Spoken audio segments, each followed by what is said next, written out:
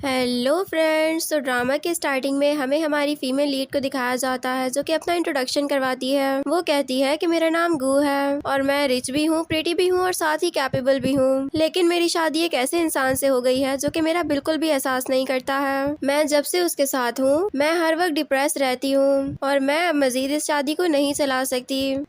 तभी हमें एक फ्लैशबैक का सीन दिखाया जाता है जहाँ पर एक पार्टी हो रही होती है और ग्यू पियानो बजा रही होती है। इतनी देर में वहाँ पर शैन आता है और उसके साथ जियांग भी होती है। जियांग कहती है कि प्लीज इसको बोलो कि यहाँ से चली जाए, मैं इसको यहाँ पर देखना भी नहीं चाहती हूँ। शैन, तुम जानते हो ना कि मैं माँ बनने वाली हूँ और ये सब कुछ बच्चे के लिए कितना खतरनाक हो सकता है, ये भी तुम जानते होगे। तो शैन कहता है कि हाँ तुम बिल्कुल ठीक कह रही हो। फिर वो गू को कहता है कि तुम यहाँ पर क्यों आई हो, तुम्हें यहाँ पर नहीं आना चाहिए था। गू कहती है कि जब तुम यहाँ पर आ सकते हो मैं यहाँ पर क्यों नहीं आ सकती, मैं तुम्हारी लीगल वाइफ हूँ और तुम मुझे छोड़कर अपनी सिस्टर इन लॉ की बात मान रहे हो। तो शैन कहता है कि मेरे सामने मजीद बकवास मत करना। तभी गार्ड्स गू को पकड़ते हैं और शैन के सामने लाकर उसको नील डाउन करवा देते हैं। शैन कहता है कि अब तुम इससे अपोलोजाइज करोगी। गू कहती है कि ऐसा तो मैं कभी भी नहीं करूंगी, चाहे जो भी हो जाए। ये सब कुछ सुनकर शैन को बहुत गुस्सा आता है और वो उसके हाथ पर जोर से अपना बूट रख देता है और कहता है कि तुम्हारी मेरे सामने कोई औकात नहीं है, तुम मेरे लिए एक चींटी जैसी हो जिसको मैं जब चाहूँ मसल सकता हूँ, इसीलिए दोबारा इस तरह मेरे सामने जबान चलाने की कोशिश मत करना। फिर सीन वापस प्रेजेंट में शिफ्ट होता है और गू कहती है कि ठीक है, जैसा तुमने कहा था अब मैं भी बिल्कुल वैसा ही करूंगी। अगर तुम्हें मुझसे कोई फर्क नहीं पड़ता तो मुझे भी तुमसे कोई फर्क नहीं पड़ता। फिर उसके बाद वो बाथरूम से बाहर निकलती है तो देखती है कि सामने ही बेड पे एक लड़का बैठा होता है जिसका नाम लिन होता है और गू फिर उसके पास चली जाती है। और दूसरी तरफ हम लोग शैन को देखते हैं जो कि सारे गार्ड्स को डांट रहा होता है और वो कहता है तुम लोग कितने ज्यादा हो और तुम लोग अभी तक एक लड़की को नहीं ढूंढ पाए हो, तुम लोग किसी काम के भी नहीं हो। अब जाओ और जाकर गू फैमिली में पता करो, हो सकता है कि गू वहीं पर ही गई हो। इतनी देर में वहाँ से गू आ जाती है और कहती है कि किसी को भी कहीं भेजने की कोई जरूरत नहीं है, मैं खुद ही वापस आ चुकी हूँ। शैन कहता है कि तुम लास्ट नाइट किधर थी, क्या तुम मुझे बताओगी। गू कहती है कि नहीं, मैं तुम्हें कुछ भी नहीं बताना चाहती और मैं बहुत ही ज्यादा थक चुकी हूँ। शैन कहता है कि तुम्हारी हिम्मत कैसे हुई मेरे सामने जबान चलाने की। तो गू उसको कहती है कि ठीक है, अगर तुम्हें डाइवोर्स चाहिए ना तो तुम मुझे किसी भी वक्त डाइवोर्स दे सकते हो, मैं उन पेपर्स पर साइन कर दूंगी, मुझे कोई मसला नहीं है अगर तुम मुझे छोड़ दो और मैं खुद भी यही चाहती हूँ कि तुम मुझे डाइवोर्स दे दो। ये कह के वो वहाँ से चली जाती है। तो शैन कहता है कि रुको, मेरी बात सुनो, मेरी बात अभी तक खत्म नहीं हुई है। लेकिन गू नहीं रुकती और वहाँ से चली जाती है। साथ ही वो अपने दिल में कह रही होती है कि अब मुझे अपनी रेपुटेशन से कोई फर्क नहीं पड़ता, मैं अब शैन फैमिली को बर्बाद करके रहूंगी। शैन ने मेरी वेडिंग नाइट को रुइन किया था, अब मैं उसको बताऊंगी कि जो पेन मैंने फील किया है वो भी फील करेगा और ये सब कुछ अब मैं करके दिखाऊंगी। और शैन नीचे से जोर जोर से चीख कर उसको कह रहा होता है कि तुम जब से शैन फैमिली में शादी करके आई हो ना तो इसका ये मतलब हुआ है कि अब तुम शैन फैमिली का हिस्सा हो और अब तुम यहाँ से सिर्फ तब निकल सकती हो जब तुम मर जाओगी। मरने के बाद तुम्हारी डेड बॉडी इस घर से निकल सकती है, उसके अलावा तुम यहाँ से कहीं नहीं जा सकती हो। शैन बहुत ही ज्यादा गुस्से में होता है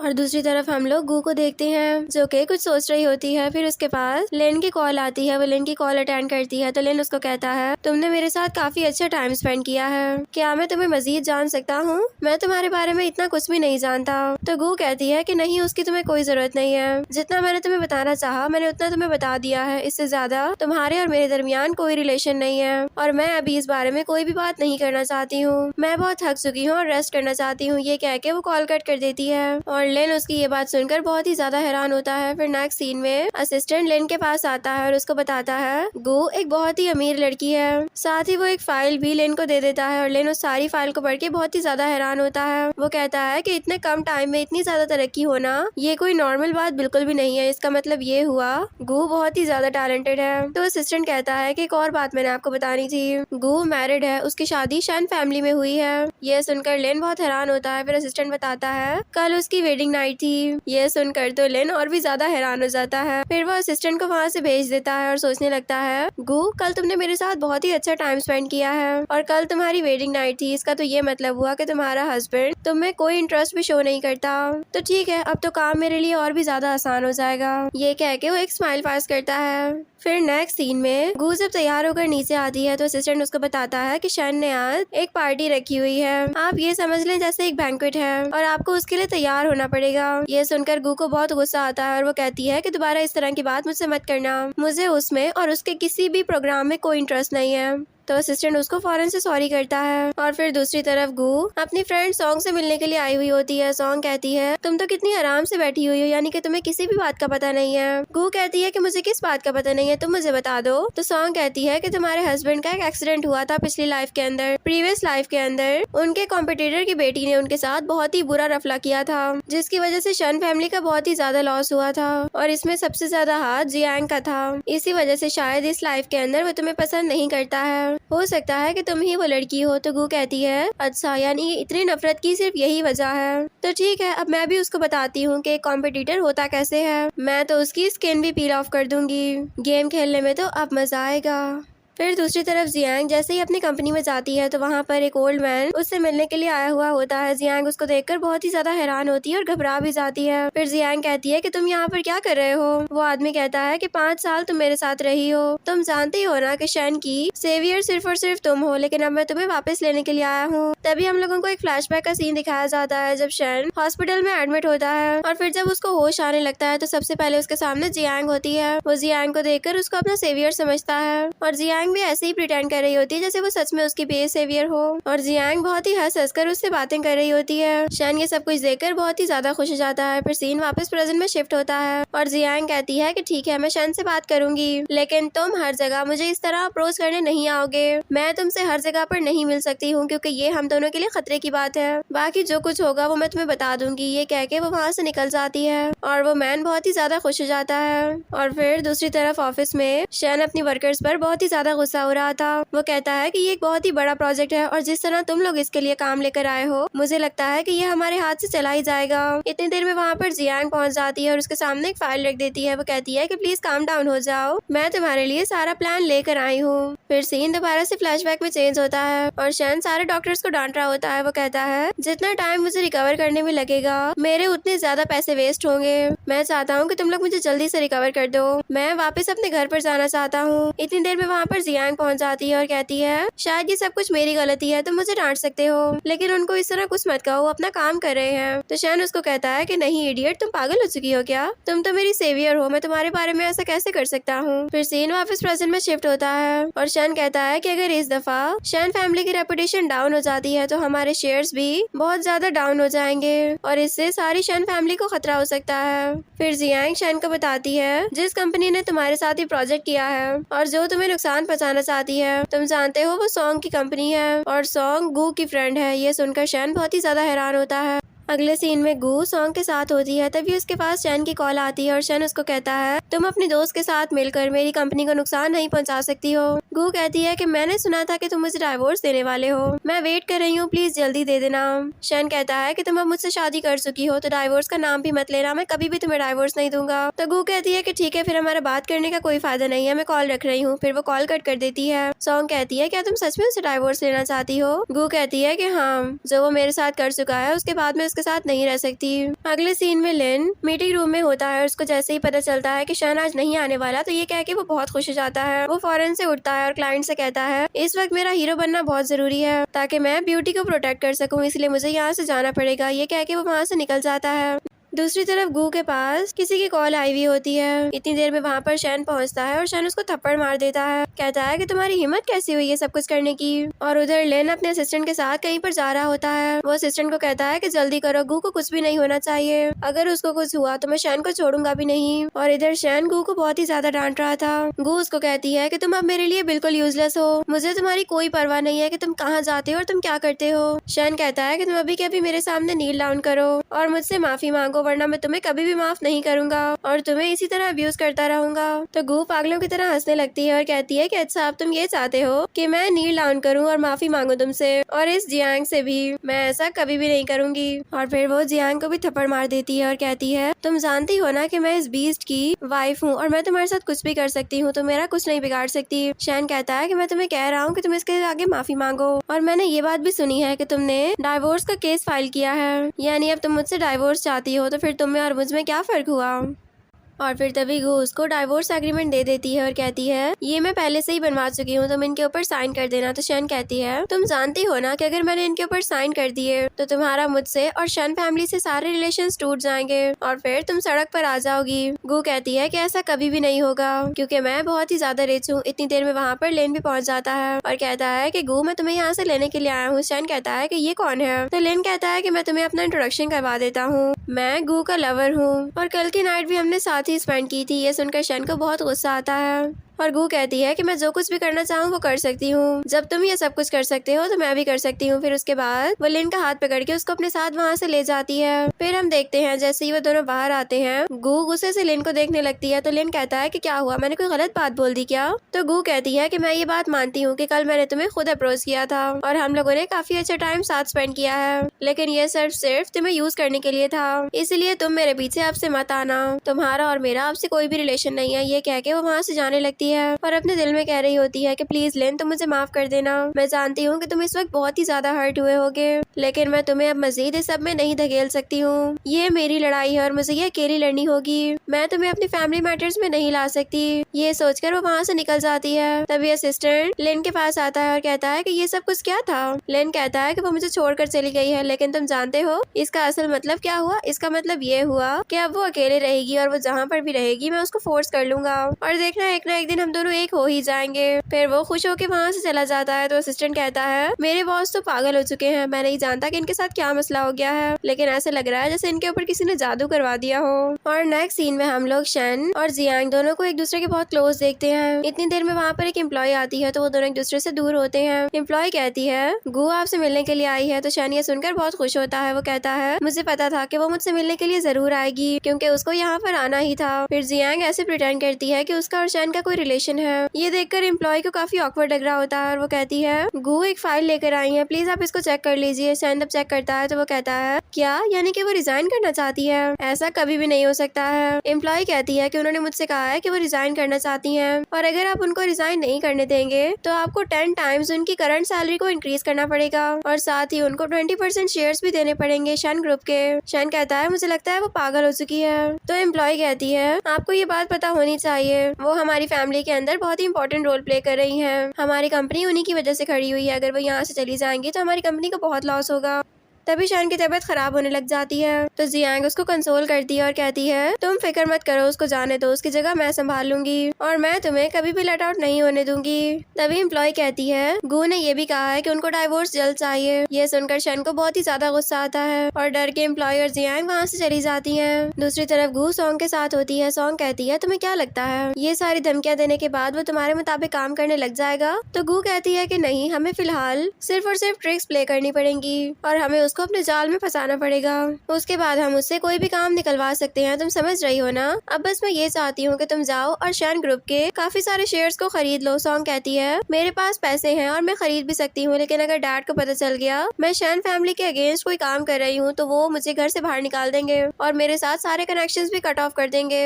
गू कहती है कि नहीं, ऐसा कुछ भी नहीं होगा, तुम जानती हो ना कि शन के बहुत सारे शेयर्स मेरे डैड के कनेक्शंस की वजह से हैं, तो मैं चाहती हूँ कि तुम वही शेयर्स बाय करो ताकि इस तरह तुम्हारा भी कोई नुकसान ना हो। तो सॉन्ग उसको ओके कर देती है।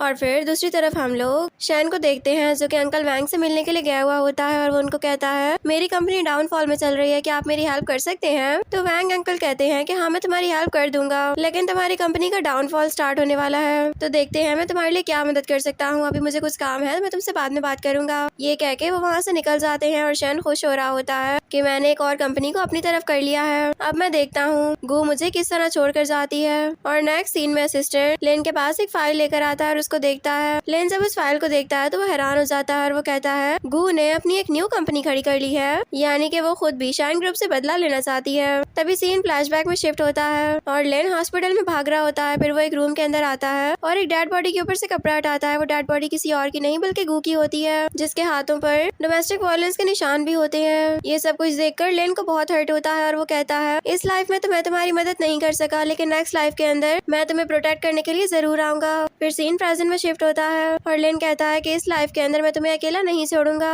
पिछली लाइफ के अंदर मैंने बहुत देर कर दी थी, लेकिन अब ऐसा कुछ भी नहीं होगा।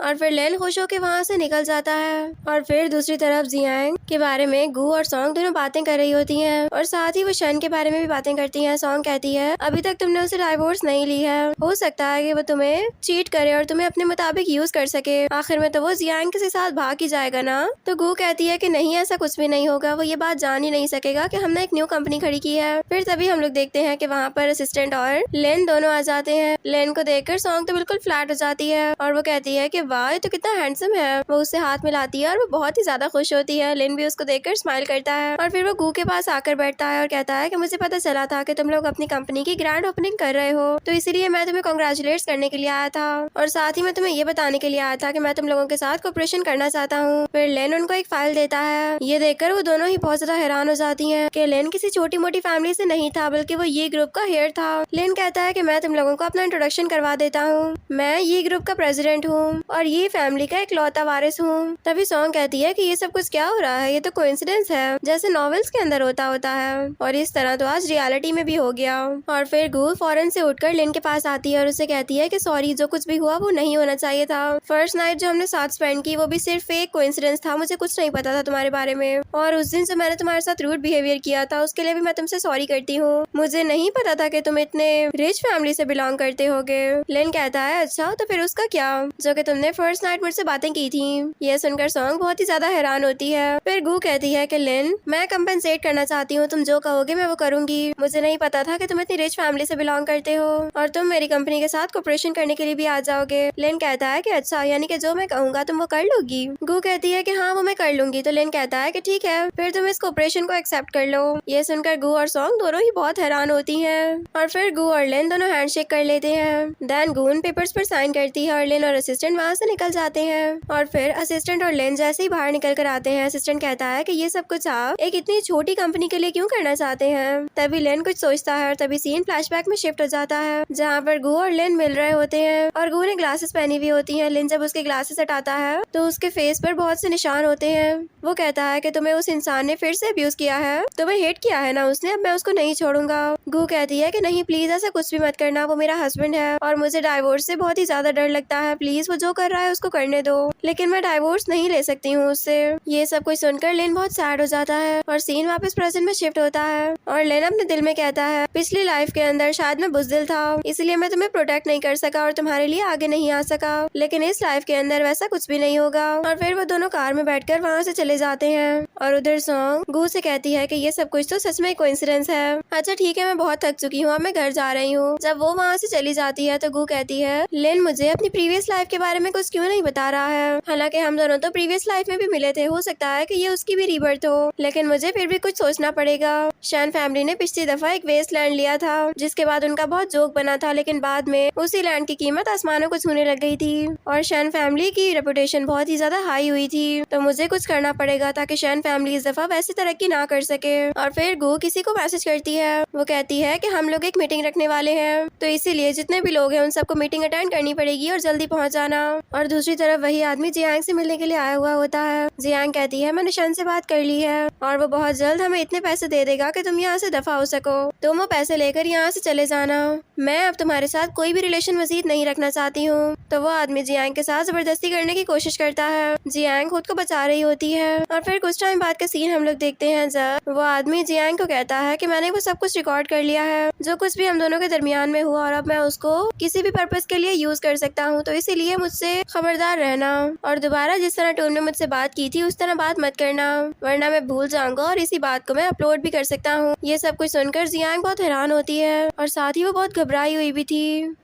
और फिर नेक्स्ट सीन में हम लोग एक ऑक्शन का सीन देखते हैं जहाँ पर जियांग काफी लेट वहाँ पर पहुँचती है, तो शैन उसको कहता है कि तुम इतनी लेट क्यों हो गई थी, तो वो पीछे उसी आदमी को देखती है जो कि उसके साथ फ्लर्ट कर रहा था। फिर जियांग उसको कहती है कि मैं बाथरूम चली गई थी, शायद उधर ही मुझे टाइम लग गया है। फिर वो भी वहाँ पर बैठ जाती है और तभी ऑक्शन स्टार्ट होता है और बोली लगाई जाती है उसी वेस्टलैंड के ऊपर। शैन वो नहीं लेना चाहता था, लेकिन जियांग कहती है इससे हमें बहुत ही फायदा हो सकता है और फिर जियांग बोली लगाती है, तभी गू भी बोली लगाती है और शैन से पीछे मुड़ के गू को वहाँ पर देखता देखता है तो वो बहुत ही ज्यादा हैरान हो जाता है। वो कहता है कि पता नहीं ये यहाँ पर क्या कर रही होगी, इसके पास तो इतने पैसे भी नहीं है कि ये पे कर सके, और ये किस तरह बोलियां लगाई जा रही है। फिर शैन जियांग को कहता है कि तुम मुझे बताओ कि इसमें हमें कोई फायदा हो सकता है। जियांग कहती है कि बिल्कुल फायदा हो सकता है हमें, और थोड़ा सा नहीं बल्कि बहुत ज्यादा फायदा होगा। फिर शैन भी 20 मिलियन की बोली लगाता है, और फिर तभी गू दोबारा बोली लगाती है। तो शैन कहता है कि इसका तो ये मतलब हुआ कि तुम मेरे अगेंस्ट जाना चाहती हो, तुम मेरे अगेंस्ट जाकर कुछ भी हासिल नहीं कर पाओगी, ये बात मैं तुम्हें अभी से बता दूं। तो गू उसको कहती है कि बिजनेस की दुनिया में ना कोई फादर होता है और ना ही कोई सन होता है, तो तुम्हें ऐसा क्यों लगता है कि मैं तुम्हारे अगेंस्ट जाऊंगी। तो शैन कहता है कि ठीक है, यानी कि मुझे समझ में आ चुकी है, तुम मेरे खिलाफ जाना चाहती हो और तुम मरना चाहती हो। फिर शैन उठकर वहाँ से चला जाता है, और तभी अनाउंस किया जाता है गू ने वो वेस्टलैंड जीत ली है। तभी एक लड़की कहती है कि मैं इसको नहीं मानती हूँ, और हम देखते हैं कि वहाँ से सॉन्ग भी आ रही होती है। दूसरी तरफ असिस्टेंट लिन को बताता है आज ऑक्शन होने वाला है और शायद ऑक्शन में कोई गड़बड़ हो गई है। ये सुनकर लिन बहुत हैरान होता है, और इधर हम लोग देखते हैं कि ऑक्शन के अंदर सॉन्ग और उसके डैड आए होते हैं, और डैड कहते हैं कि कोई भी मेरी बेटी पर बोली लगाकर उसको खरीदना चाहे तो खरीद सकता है, क्योंकि इसने मेरी इजाजत के बगैर एक कंपनी खड़ी की है, यानी वो बैंक्रप्सी की तरफ तो खुद ही जा चुकी है। ये सुनकर शैन स्माइल करता है, और तभी जियांग बहुत ही ज्यादा खुश हो जाती है। फिर उसके बाद वो उस आदमी को कहती है देखो अब तो उनकी कंपनी भी बैंक्रप्सी की तरफ जा रही है, यानी अब वो लोग ये बोली नहीं लगा सकते।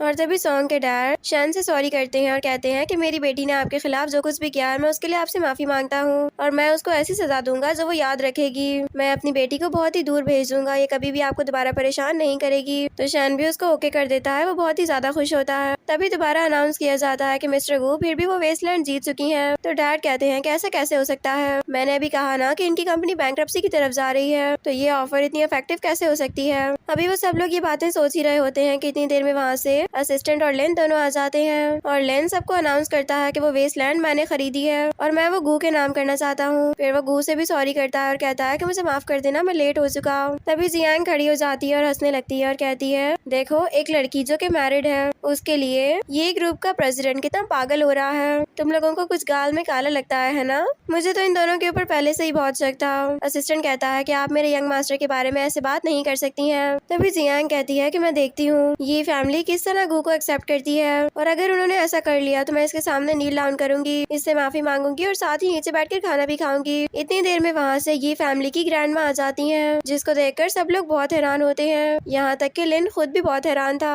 फिर ग्रैंड माँ लिन को कहती है कि तुम मेरे साथ क्यों नहीं आए, तुम्हें मुझसे पहले इस कंपनी में आने की क्या जरूरत थी। ये सुनकर शैन और जियांग दोनों हैरान होते हैं। वो कहते हैं इसका मतलब है कि ये कोई आम लड़का नहीं है, ये सच में ये ग्रुप का प्रेसिडेंट है और ये फैमिली का हेयर भी। और तभी ग्रैंडमा जियांग को कहती हैं अब तुम नील डाउन करो और खाना भी खाओ जैसा कि तुमने प्रॉमिस किया था, क्योंकि ये जिस पागल लड़के को तुम देख रही हो ना ये सच में मेरा ग्रैंडसन ही है। और हम लोग देखते हैं कि लेन गू को ये बात बता रहा होता है कि तुम जानती हो मेरी ग्रैंडमा तो बहुत ही ज्यादा गुस्से वाली हैं। यहाँ तक कि एक दफा मेरे ग्रैंड डैड ने ऐसे ही मजाक में इनको कह दिया था कि मैं दूसरी शादी करने वाला हूँ, और तुम जानती हो इन्होंने उनके साथ क्या किया था, इन्होंने उनकी बियर्ड को कट कर दिया था और साथ ही उनको फैमिली से बाहर कर दिया था। ये सुनकर गू बहुत हैरान होती है और फौरन से सीधी खड़ी हो जाती है, और फिर जियांग फौरन से ग्रैंडमा के सामने नील डाउन करके बैठ जाती है और उनसे सॉरी करने लगती है। वो कहती है कि प्लीज आप मुझे माफ कर दे, मुझे मिसअंडरस्टैंडिंग हो गई थी, मैं नहीं जानती थी कि ये सच में आपका ग्रैंडसन होगा, अब मैं इसके साथ इस तरह दोबारा कभी भी बात नहीं करूंगी। तो ग्रैंडमा उससे अपना हाथ छुड़वाती हैं और कहती हैं मैं 10 घंटे की फ्लाइट के बाद यहाँ पर पहुंची हूँ, अब मैं बूढ़ी हो चुकी हूँ और मैं बहुत थक भी चुकी हूँ, मेरे पास इतनी हिम्मत नहीं है कि मैं यहाँ पर खड़े होकर सबकी परफॉर्मेंस चेक करती रहूँ, तो इसीलिए लेन तुम चुप करके मेरे साथ घर चलो। फिर ग्रैंडमा वहाँ से चली जाती है और लेन भी गू का हाथ पकड़ के उसको अपने साथ वहाँ से ले जाता है। और फिर जब वो सब लोग बाहर निकल कर आते हैं तो ग्रैंडमा गू को कहती है कि तुम मुझे बताओ तुम लेन से कवर कैसे मिली थी और ये तुम्हारी इतनी मदद क्यों कर रहा है। तो गू बताती है लेन से मेरी मुलाकात तब हुई थी जब मैंने एक रॉन्ग पर्सन से शादी कर ली थी, इसने मेरा बहुत ही ज्यादा साथ दिया है और मैंने वो कंपनी का आइडिया भी इसी की इंस्पिरेशन से रखा था, लेकिन सॉन्ग के डैड ने आकर सब कुछ ही बर्बाद कर दिया है। ग्रैंडमा कहती हैं कि ठीक है बाकी बातें हम लोग बाद में करेंगे, अभी हम लोगों को चलना चाहिए। फिर वो सब लोग कार में बैठकर वहाँ से निकल जाते हैं, और फिर जब वो सब लोग ये फैमिली के सामने खड़े होते हैं तो ग्रैंडमा अंदर जा रही होती है और गू लिन को कहती है तुम्हारी ग्रैंडमा काफी टाइम बाद आई है तो तुम्हें उनके साथ टाइम स्पेंड करना चाहिए। चाहिए, हम लोग फिर कभी बात कर लेंगे। ये कह के वो वहाँ से चली जाती है और ग्रैंडमा भी लिन के ऊपर बहुत गुस्सा करती हैं और उसको जबरदस्ती अपने साथ खींचकर ले जाती हैं अंदर। दूसरी तरफ गू कुछ सोच रही होती है और उसके बाद वो किसी को कॉल करके कहती है कि मुझे ये फैमिली के बारे में सारी इन्फॉर्मेशन चाहिए, खास तौर पर वहाँ की ग्रैंडमा के बारे में, जो कि अब ये फैमिली की मिस्ट्रेस हैं और मैं चाहती हूँ कि तुम ये काम जल्द से जल्द कर दो। और इधर ऑफिस में शैन बहुत ही ज्यादा सैड बैठा हुआ था, तभी उसके पास जियांग आती है और उसको कंसोल करती है। फिर जब वो दोनों एक दूसरे के बहुत क्लोज हो जाते हैं तो जियांग छुप के दोनों की पिक्चर्स क्लिक कर लेती है और वेयर सी स्माइल भी करती है। और दूसरी तरफ गू सॉन्ग से मिलने के लिए जाती है तो सॉन्ग कहती है, अच्छा हुआ कि तुम यहाँ पर आ चुकी हो, मैंने तुमसे सॉरी करना था, मेरे डैड ने मेरे कार्ड्स को फ्रीज करवा दिया है, वो नहीं चाहते कि मैं एक अलग कंपनी खोलूं और शैन फैमिली के खिलाफ जाऊं। तो फिर गू कहती है कि तुम्हें इस सब के लिए माफी मांगने की कोई जरूरत नहीं है, मैं जानती हूँ कि तुम खुद भी इस सब से बहुत ही ज्यादा परेशान हो, इसीलिए मैं तुम्हें मजीद परेशान नहीं करना चाहती हूँ। फिर वो दोनों बातें करने ही लगती हैं कि इतनी देर में वहाँ पर असिस्टेंट और लेन दोनों पहुँच जाते हैं। लेन को देखकर सॉन्ग कहती है कि ठीक है, अब मैं यहाँ से जाना चाहती हूँ। सॉन्ग फौरन वहाँ से भागती है और असिस्टेंट भी उसी के पीछे चला जाता है और गू आकर बहुत हैरत से पहले सॉन्ग के बिहेवियर को नोटिस करती है और फिर उसके बाद लेन उसके पास आकर बैठता है और उससे कहता है कि मैं तुमसे मिलने के लिए आया था, क्या तुम मेरे लिए भी कुछ खाना मंगवा दोगी, मैंने तुमसे बात भी करनी है ना इस वजह से। तो गू कहती है कि ठीक है, हम लोग चल के बात कर सकते हैं। फिर हम लोग देखते हैं वो दोनों साथ में होते हैं। गू कहती है कि तुम यहाँ पर क्या कर रहे हो, तुम तो एक रिच चाइल्ड हो, तुम इस तरह ऐसे अरे गहरे स्ट्रीट फूड्स क्यों खाओगे, ये तो सिर्फ हम जैसे लोगों के लिए होते हैं ना। तो लेन कहता है कि तुम्हारे लिए मैं कहीं पर भी जा सकता हूँ और मैं कोई भी खाना खा सकता हूँ। ये सुनकर गू बहुत ही ऑकवर्ड फील करती है और इतनी देर में वहाँ पर कुछ गुंडे आ जाते हैं। वो गू के साथ फ्लर्ट करने लगते हैं, लेकिन लेन कहता है प्लीज तुम यहाँ से भाग जाओ और जाकर हेल्प के लिए कहो, मैं इनसे लड़ता हूँ। फिर वो उन गुंडों से लड़ने लगता है तो वो खुद भी इंजर्ड हो जाता है। इतने में गू वहाँ पर पुलिस को बुलाकर ले आती है, पुलिस अरेस्ट कर लेती है उन गुंडों को और फिर गू लेन को सहारा देकर हॉस्पिटल तक ले जाती है। दूसरी तरफ हॉस्पिटल में जब लेन को होश आता है तो गू कहती है कि तुम्हारे साथ जो भी हुआ उसके लिए मैं तुमसे सॉरी करती हूँ। तभी वहाँ पर ग्रैंडमा भी पहुँच जाती है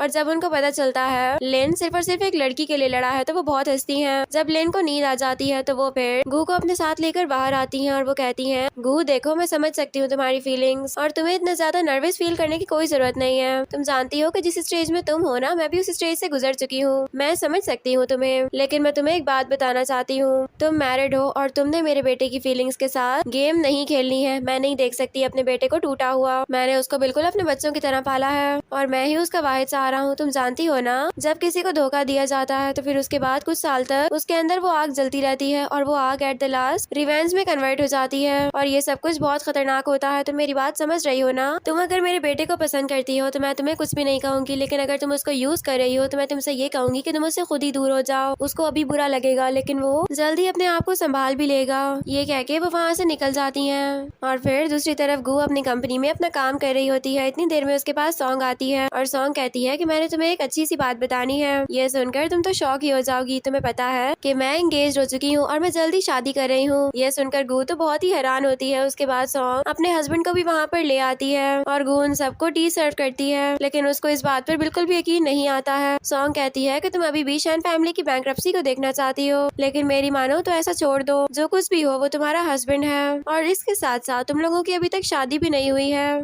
अगर उसके साथ कुछ बुरा हुआ यानी कि तुम्हारे साथ भी हो सकता है। गू कहती है कि प्लीज तुम मेरी फिक्र मत करो, मैं बिल्कुल ठीक हूँ, तुम जाओ और जाकर अपनी मैरिज लाइफ को अच्छे से एंजॉय करो और कंपनी की फिक्र मत करना, इसको मैं संभाल रही हूँ। और फिर दूसरी तरफ जैसे ही लेन को होश आता है तो वो देखता है कि उसके पास कोई भी नहीं होता। फिर वो अपनी साइड टेबल पर एक लेटर को देखता है। जैसे ही वो उसको खोल के पढ़ता है तो वो गू की तरफ से एक गुड बाय लेटर होता है। ये देखकर वो बहुत ही डर जाता है और वो फौरन से भागता है गू को ढूंढने के लिए, लेकिन गू उसको कहीं पर भी नहीं मिलती। और इधर गू कंपनी में होती है जो कि ये सोच रही होती है, लेन मुझे माफ कर देना, मैं तुम्हें मजीद हर्ट नहीं कर सकती हूँ, पिछली लाइफ के अंदर मैं मर चुकी थी, मैं नहीं चाहती कि तुम्हारा और मेरा रिलेशन थोड़ा आगे बढ़े, इस तरह तुम्हें और भी ज्यादा हर्ट होगा, हो सकता है कि यही सब कुछ गॉड प्लान हो। फिर उसके बाद गू अपने आंसू साफ करती है और तभी उसको बताया जाता है कि शैन आया है तो वो उसको अंदर आने को बोल देती है। शैन अंदर आकर बैठता है और कहता है कि मैं डाइवोर्स एग्रीमेंट लेकर आया हूँ और जो जो तुमने कहा है वो सब कुछ मैं करने के लिए बिल्कुल तैयार हूँ। तुम शैन फैमिली का बैंक्रप्सी देखना चाहती हो ना, तो ठीक है तुम देख लो,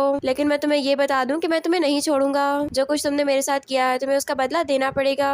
तभी गू कुछ सोचने लगती है और सीन फ्लैशबैक में शिफ्ट होता है। जब शैन का कार एक्सीडेंट हुआ था तब उसको बचाने वाली जियांग नहीं बल्कि गू थी। गू उसको बचाकर साइड पर लेकर आई थी और तभी उसकी कार ब्लास्ट हो गई थी। शैन को होश आता है लेकिन ज्यादा नहीं, उसको सिर्फ इतना होश आता है कि वो अपनी साथ पड़ी हुई लड़की के माउंट्स को देख सकता है। फिर उसके बाद वो दोबारा बेहोश हो जाता है और सीन प्रेजेंट में शिफ्ट होता है। तो गू कहती है तुम्हारी लाइफ सेवियर तो मैं हूँ, लेकिन हॉस्पिटल में मेरी जगह पर जियांग पहुँच गई थी, ये कैसी रिप्लेसमेंट है। और फिर वो सैड हो जाती है और फिर वो शैन को कहती है कि मुझे तुम्हें कोई भी इंटरेस्ट नहीं है, अब तुम्हारे साथ जो भी होता है होता रहे, मुझे कोई फर्क नहीं पड़ता। ये सुनकर शैन बहुत गुस्से में आ जाता है और वहाँ से अपनी फाइल लेकर वो वहाँ से चला जाता है। तभी गू अपने दिल में कहती है मैं तुम्हें अब सिर्फ छोड़ देना चाहती हूँ, मैं चाहती हूँ कि तुम्हें सच्चाई का खुद पता चले, फिर तुम मेरे पास खुद आओगे और मैं तुम्हें कभी भी माफ नहीं करूंगी। तुमने मेरे साथ बिल्कुल अच्छा नहीं किया है, एक फेक लड़की के लिए तुम अपनी वाइफ के साथ ये सब कुछ करते रहे, देखना वो सारे गेम्स तुम पर दोबारा प्ले किए जाएंगे। और फिर दूसरी तरफ बेसमेंट के अंदर जियांग उसी आदमी के साथ होती है। वो आदमी कहता है कि मेरे बच्चे का बहुत ही ज्यादा ख्याल रखना, क्योंकि मैं इसे खुद से दूर अब नहीं कर सकता हूँ। इतनी देर में वहाँ पर शैन पहुँच जाता है तो जियांग उससे दूर होती है और शैन के पास जाती है। तो वो आदमी कहता है तुम बहुत गलत टाइम पे आए हो शैन, तुम्हें इस वक्त नहीं आना चाहिए था। उधर शैन जियांग को कहता है अभी उसने इन पेपर्स पर साइन नहीं किया है, लेकिन मैं तुम्हें से वादा करता हूँ मैं उसको डाइवोर्स देकर ही रहूंगा, वो इन पेपर्स पर साइन जरूर करेगी। फिर शैन जियांग की क्लोज होता है। इतनी देर में वो आदमी उसके पास पहुँच जाता है, वो उसको जियांग से दूर करता है और साथ ही उसको एक थप्पड़ भी मार देता है। शैन कहता है कि तुम पागल तो नहीं हो गए हो। तो वो आदमी कहता है कि तुम मुझे ये बता दो तुम हमें पैसे दे सकते हो या फिर नहीं दे सकते। जियांग कहती है बस छोड़ो ना, इतना मत मारो इसको। तो शैन कहता है कि ये सब कुछ क्या हो रहा है। वो आदमी कहता है कि ठीक है मैं तुम्हें इंट्रोड्यूस करवा देता हूँ, जाहिर तुम भी सब कुछ जानना चाहते होगे ना। तुम जानते हो कि ये जो लड़की जियांग है ये असल में मेरी वाइफ है और इसकी बैली में सिर्फ और सिर्फ मेरा बच्चा है, तुम यहाँ पर एक मोहरे के तौर पर यूज किए गए हो। शैन कहता है कि मेरे साथ इतना बड़ा धोखा करने की तुम लोगों की हिम्मत कैसे हुई। तो वो आदमी कहता है कि हम लोग तो बस यहाँ पर सिर्फ इसलिए आए थे ताकि तुमसे कुछ पैसे बटोर सके। और मैं तुम्हें आज एक और सच बताता हूँ, तुम्हें ये लगता है ना कि जियांग तुम्हारी सेवियर थी, तो ऐसा कुछ भी नहीं था, ये सिर्फ रिप्लेस की गई थी। तुम जानते हो कि तुम्हारी रियल सेवियर सिर्फ और सिर्फ तुम्हारी एक्स वाइफ गू है, उसने तुम्हें उस टाइम बचाया था। अगर उसने तुम्हारी हेल्प ना की होती तो इस वक्त तुम भी जलकर राख हो चुके होते। उसने तुम्हारी बहुत हेल्प की, लेकिन उसके बाद हॉस्पिटल में गू की जगह जियांग पहुंच गई थी और तुम्हें ये लगा कि वो नहीं बल्कि ये तुम्हारी सेवियर है। ये तुम्हारे साथ सिर्फ इसी वजह से थी ताकि तुमसे ये पैसे बटोर सके और इस तरह हम लोग अपनी बेबी की अच्छी से अच्छी केयर कर सकेंगे। और फिर वो आदमी उसको लात मार देता है तो शैन बेहोश हो जाता है। जियांग कहती है कि ये अब हमारे किसी भी काम का नहीं है। वो आदमी कहता है कि ये हमारे काम आ सकता है, तुम बस देखती जाओ। तो फिर जियांग कहती है इसके पास सिर्फ एक छोटे से विला के अलावा और कुछ भी नहीं है, सब कुछ तो खत्म ही हो चुका है, अब इसके पास क्या बचा है। और तभी वो आदमी शैन की पॉकेट से उसका मोबाइल निकाल लेता है और किसी को कॉल करने लगता है। और दूसरी तरफ गू अपनी कंपनी में होती है और वो सारे एम्प्लॉयज का काम चेक कर रही होती है। इतनी देर में उसके पास शैन के मोबाइल से कॉल आती है तो वो कॉल अटेंड करती है। तो वो आदमी कहता है हमने शैन को बहुत ही ज्यादा मारा है, अब हम लोग ये चाहते हैं कि तुम उसको आकर यहाँ से ले जाओ, क्योंकि अगर तुम उसको नहीं लेकर जाओगी तो फिर हमारा जो दिल करेगा हम लोग उसके साथ वही करेंगे। फिर जियांग भी कहती है कि हाँ तुम जल्दी पहुँच जाना, हो सकता है कि इस तरह शैन की लाइफ सेफ हो जाए। तभी गू उनसे एड्रेस पूछती है और फौरन से वहाँ से निकल जाती है। और फिर उधर वो आदमी शैन को कार की डिग्गी में डाल देता है और वो उससे उसकी वॉच भी ले लेता है और कहता है अभी तो इसके लिए यही सब कुछ इम्पोर्टेंट है और हम भी इसे यही सब कुछ लेकर भागेंगे। मैं जानता हूँ कि गू तो वैसे भी इसको बिल्कुल पसंद नहीं करती है, अब इसको जाकर विला में डाल देते हैं, बाकी की कहानी गू जाने और शैन जाने। वैसे भी अब ये गू से माफी मांगेगा, लेकिन मैं जानता हूँ कि गू इसको कभी भी माफ नहीं करेगी। फिर वो दोनों स्माइल करते हैं। दूसरी तरफ हम लोग देखते हैं कि शैन के विला के अंदर गू फौरन से भागती हुई आती है और उसकी बॉडी के पास बैठ जाती है। वो कहती है कि प्लीज तुम अपनी आँख खोलो। उसके बाद वो उसकी सांस चेक करती है तो उसको ये मिलकर सुकून मिलता है कि वो अभी जिंदा है, वो मरा नहीं है। इतनी देर में वहाँ पर वो आदमी और जियांग भी पहुँच जाते हैं। वो आदमी कहता है कि तुम तो बहुत ही जल्दी आ गई हो, हमें तो लगा था कि तुम्हें थोड़ा टाइम लग जाएगा। फिर इतनी देर में वहाँ से कुछ लड़के और भी आ जाते हैं तो जियांग कहती है कि तुम अब फंस चुकी हो, तुम्हें यहाँ पर अकेले नहीं आना चाहिए था, तुम्हें अपने साथ किसी को लेकर आना चाहिए था, तुमने ये सब कुछ बहुत ही गलत किया है, तुम यहाँ पर सिर्फ और सिर्फ इस पीस ऑफ ट्रैश के लिए आई हो ना, तो अब तुम देखो कि हम लोग तुम्हारे साथ करते क्या हैं। तुम यहाँ पर इसको बचाने के लिए आई हो, लेकिन तुम खुद भी यहाँ से नहीं जा सकती, लेकिन तुम जानती हो कि मुझे तुम्हारे लिए बहुत ही बुरा लग रहा है। और फिर जियांग उन लड़कों को बोलती है कि तुम लोगों ने गू के साथ जो कुछ भी करना हो वो कर लेना, लेकिन एक बात याद रखो, जिसने गू की जिंदगी को बर्बाद किया उसको हम लोग 100 मिलियन देंगे। गू कहती है कि तुम मेरे साथ ये सब कुछ क्यों कर रही हो, मैंने तो तुम्हारा कभी भी कुछ भी नहीं बिगाड़ा है ना। तो जियांग कहती है कि सॉरी, मुझे माफ करना, मैं तुम्हें ये बताना भूल गई थी कि मैं ये सब कुछ सिर्फ और सिर्फ पैसों के लिए कर रही हूँ। गू कहती है कि ठीक है, तुम लोगों को जितने भी पैसे चाहिए मैं दूंगी, लेकिन मेरे साथ या फिर शैन के साथ कुछ भी मत करना। तो वो आदमी कहता है कि तुम इतना जल्दी मान गई हो, अभी तो मजा आना शुरू हुआ था, तुम थोड़ी देर बाद भी तो मान सकती थी ना। फिर जियांग कहती है कि सोच लो, कहीं ऐसा ना हो कि तुम्हें बाद में एम्बैरेस फील करना पड़े, और मैं नहीं चाहती कि तुम इस तरह का कोई भी रिग्रेट सारी जिंदगी अपने दिल में रखो। तो गू फौरन से अपनी मैनेजर को कॉल करती है और उससे कहती है कि मुझे अर्जेंटली 200 मिलियन अपने अकाउंट में चाहिए, तुम वो जल्दी से मुझे ट्रांसफर कर देना। तो मैनेजर कहती है कि हमारे पास तो ऑलरेडी 200 मिलियन ही बचे हुए हैं, अगर हम वो सारे पैसे लगा देंगे तो फिर हमारे प्रोजेक्ट का क्या होगा, हम वो प्रोजेक्ट नहीं कर सकेंगे। फिर गू कहती है कि अभी मैं तुम्हें जैसा बोल रही हूँ तुम वैसा करो, बाकी की बातें हम लोग बाद में देख लेंगे, और भूलना मत और मिस्टर थैंक से उनका सिग्नेचर भी जरूर करवा लेना। तो मैनेजर ओके करके कॉल कट कर देती है। तभी वो आदमी कहता है कि मुझे यकीन है वो पैसे जल्दी हमारे अकाउंट में ट्रांसफर कर दिए जाएंगे। फिर गू कहती है कि शैन को ठीक करो क्योंकि ये बहुत ही ज्यादा इंजर्ड है, और अगर ये इसी तरह मर गया तो सारा का सारा इल्जाम तुम लोगों के ऊपर आएगा, हो सकता है कि इसकी बॉडी के ऊपर फिंगरप्रिंट्स भी हो तुम लोगों के, इस तरह तुम लोग फंस सकते हो, तो इसीलिए शैन के साथ अच्छे से बिहेव करो और इसको हॉस्पिटल पहुंचाओ। तो फिर तभी एक आदमी शैन को एक मेडिसिन देता है जिसकी वजह से उसको वापस होश आ जाता है। और दूसरी तरफ मैनेजर ये सोच रही होती है कि पता नहीं गू ने इतनी अर्जेंटली पैसे क्यों मंगवाए होंगे, वो ऐसा पहले कभी भी नहीं करती है, ये हो सकता है कि उसके साथ रियल में कोई प्रॉब्लम हो चुकी हो और मुझे ये सब कुछ पता लगवाना पड़ेगा, मैं कंपनी को इतनी आसानी से इतने बड़े रिस्क में नहीं डाल सकती हूँ। फिर वो याद करती है कि गू के पास एक कॉल भी आई थी जिसको कट करने के बाद गू फौरन वहाँ से भागी थी, वो बहुत घबराई हुई थी, ये भी हो सकता है कि उसके साथ कुछ हो गया हो। तो फिर मैनेजर फौरन से किसी को कॉल करती है और दूसरी तरफ हम लोग सॉन्ग को देखते हैं जो कि अपने हस्बैंड के साथ लेन से मिलने के लिए जाती है। लेन कहता है कि मुझे तुम दोनों को एक साथ देखकर बहुत ही ज्यादा खुशी हो रही है। सॉन्ग कहती है कि हाँ मैं भी अब बहुत ही ज्यादा खुश हूँ क्योंकि मुझे एक बहुत ही अच्छा लाइफ पार्टनर मिल गया है। इतनी देर में सॉन्ग के पास मैनेजर की कॉल भी आ जाती है और वो कॉल कट करने के बाद सॉन्ग कहती है गू के साथ कुछ बुरा हो रहा है और हमें उसको बचाने के लिए जाना पड़ेगा। यह सुनकर लेन भी बहुत ही ज्यादा हैरान होता है और दूसरी तरफ वो आदमी कहता है कि पैसे अभी तक नहीं आए हैं, तुमने पैसे कहाँ से मंगवाए थे, वो कैश तो नहीं थे, चेक था या फिर वो पेमेंट थी जो कि ऑनलाइन ट्रांसफर होनी थी, तो इतना टाइम क्यों लग रहा है। गू कहती है कि आप लोग जरा हौसला रखें, वो 200 मिलियन है, $2 नहीं है कि फौरन से आ जाएंगे, कंपनी इतनी बड़ी पेमेंट को एक प्रोसेस से गुजार कर देती है और उसी प्रोसेस को होने में मुझे लगता है कि टाइम लग रहा है। तभी जियांग कहती है कि 200 मिलियन को तो आने में इतना टाइम नहीं लगता क्योंकि ये पैसे तो मैं खुद भी ट्रांसफर कर चुकी हूँ और मुझे पता है। तो तभी वो आदमी गू को थप्पड़ मारता है और फिर वो उन दोनों आदमियों को कहता है कि ठीक है अब तुम लोगों का जो दिल करे तुम गू के साथ कर लेना क्योंकि मुझे पता है कि ये हमें बेवकूफ बनाना चाहती है। और फिर वो दोनों आदमी भी गू के क्लोज आने लगते हैं और शैन को हम देखते हैं कि वो उठ चुका था, वो ये सब कुछ देख रहा होता है। वो आदमी गू की वीडियो बनाने लगता है और वो लड़के उसके क्लोज आने लगते हैं और शैन उठने की कोशिश करता है और फिर वो अचानक से उठकर उन लोगों को मारता है। तो वो आदमी उसको देखकर हैरान होता है और कहता है तुम तो बहुत ही ज्यादा क्लेवर हो, जितना मैंने सोचा था उससे भी ज्यादा, यानी मेरी सोच से भी ज्यादा। फिर गू उसकी तरफ बढ़ने लगती है लेकिन वो आदमी गू को दूर करता है और खुद शैन के पास जाता है और उसको बहुत मारता है। वो आदमी आज बहुत ही ज्यादा गुस्से में था क्योंकि उसको ये लग रहा था कि वो ट्रैप हो चुका है। वो आदमी शैन को बहुत ही ज्यादा मारे जा रहा था, ये देखकर गू और जियांग दोनों डरी हुई होती हैं और शैन तभी गू से कह रहा होता है कि मैं जानता हूँ कि मैं गलत था और मुझे तुमसे माफी मांगने का मौका भी नहीं मिल सका, मैं जानता हूँ मैं गलत था। और यही बात बोलकर वो बेहोश हो जाता है और हम लोग देखते हैं कि इतनी देर में वहाँ पर पुलिस भी पहुँच चुकी होती है। वो उस आदमी को और जियांग को दोनों को अरेस्ट करती है।